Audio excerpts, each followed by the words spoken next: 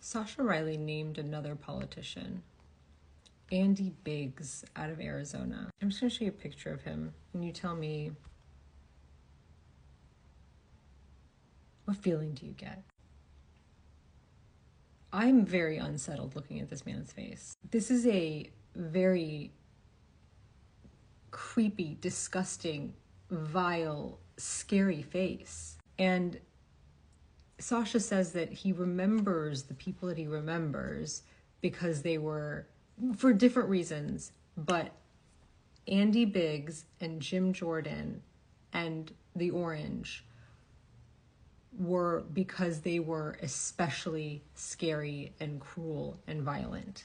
The interaction that he had with him, according to Sasha Riley, was during a punishment that he was receiving for what he did to the Orange. And it was 2 days long, and he was taken somewhere where there were multiple stalls, multiple groups of 3 to 4 men beating him up and doing whatever they wanted with him, okay? And he was the last one to beat him. And when he came away from this interaction, he had broken ribs, he couldn't breathe. I believe this is when he said that he could hear the death rattle. It was clicking when he was trying to breathe. And his father, Sasha's father, he just remembers yelling at him. They were going back and forth. And he just remembers that this guy said, "What? You said I could do whatever I wanted to him." And the father said, "I didn't say you could kill him." This happened in 84 or 85, something like that, allegedly. In 1993, Andy Biggs won $10 million. And the American Family Publishers sweepstakes in 1993. So we know, based on Sasha Riley's account, that this man was one of the people who was in this world. And in 1993, he just gets, the sky opens up and gives him $10 million, which is, by the way, the equivalent of like $22 million today. It's crazy luck. I also want to bring something up. I saw a few comments on my last video where people are like, well, why is this coming out now? I think there's some people who are insinuating, oh, well, that's really convenient, because this is, the Orange is famous, right? But why would he pick Jim Jordan? Why would he pick this fucking Andy Biggs, right? I think that lends itself to the credibility. These are two random politicians. The story he tells about Jim Jordan just turns out to be consistent because he was a wrestler. How would he have known that? How would Sasha have known that he was a wrestler? The story he tells is that it was one of these events where they were told that whoever can pin Sasha down can do whatever they want to him. And Sasha was like, I could fight, right? I was taught to fight by my dad, who was a bare knuckle brawler. And he said that the only person who ever was able to pin him was Jim Jordan because he knew how to fight, but he didn't know how to wrestle. And then it turns out that Jim Jordan has a wrestling background. He remembered his jaw, he remembered his face, he remembered his mannerisms, and he said that once he started seeing him on TV, he's like, that's him, that was him.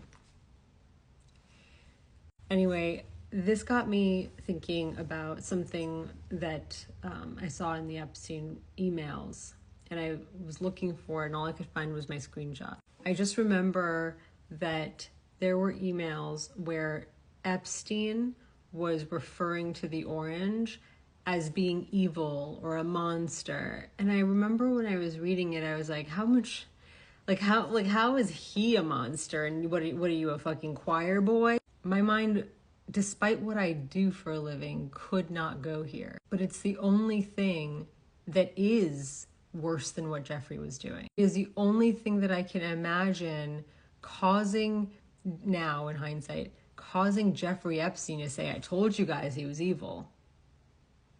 Right? So here's one of the emails I found in my screenshots. From 2017 to Larry Summers. Recall, I've told you, I have met some very bad people. None as bad as the orange. Not one decent cell in his body. So yes, dangerous. In 2018 to Landon Thomas, explaining, like, Landon Thomas is expressing that he's scaring the shit out of me now. He could tank the global economy.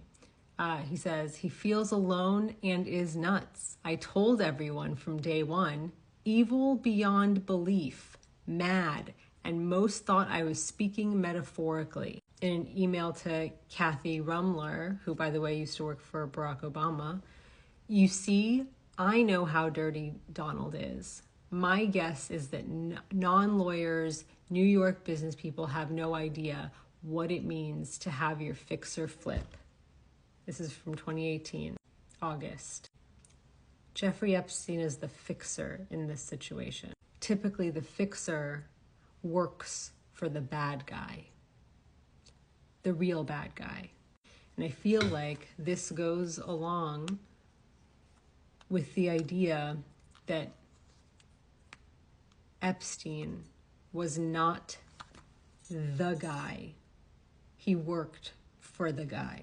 There were quite a few people asking how they can find the audio of Sasha's interviews. Search for the Substack called Outlaws of Chivalry. That is the journalist's Substack. And on there she has an article from 2025, from November of 2025, called Don't Worry, Boys Are Hard to Find. And that's where you can find all 6 parts of the audio.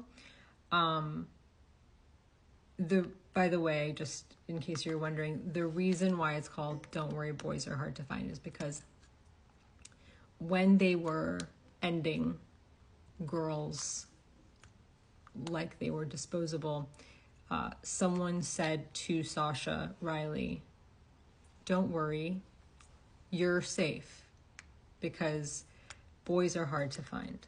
Girls are a dime a dozen. There's other people who are incredulous because they're like, well, why is it coming out now? It's not his fault. That's for sure. He has told people when the military came to him saying, we found this CSM, this other person is watching, and the party in this video looks just like you. Is this you? He said yes, and he named names. There was, I believe, from what I recall, there was an FBI involvement, and then it just never went anywhere. He also mentions that there was FBI investigations occurring when he was a kid. It's the reason why he wasn't ended, because there were many times where the players, when they were done with him, by the time he was about 13 years old, they wanted to end him, but there were active CPS investigations, things like that. People were having an eye on him.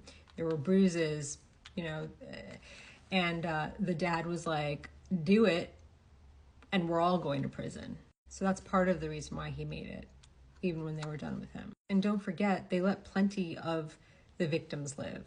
And on the topic of FBI involvement and whether or not he's safe currently. So this author, the journalist, she made all of these. She made copies of the audio. She has said that in her article that she strategically has sent them to trusted people, to journalists, to law enforcement, just in case, right? And I guess it got to the FBI because when Sasha was contacted by the FBI, it felt suspicious to her, and she got him out of the country. She published this on her Substack in November of 2025. There were rumblings about this coming out in July, which I believe coincides with that meeting in Alaska that resulted in the lipless one exiting the meeting with an ashen look on her face. The world leader that they were meeting with is also mentioned in the tapes. When people ask, what must that world leader have against ours, it could be so bad I think it all starts to make sense. But listen to the audio yourself. People are finding it so unbelievable. But listen yourself and you tell me how not credible he sounds.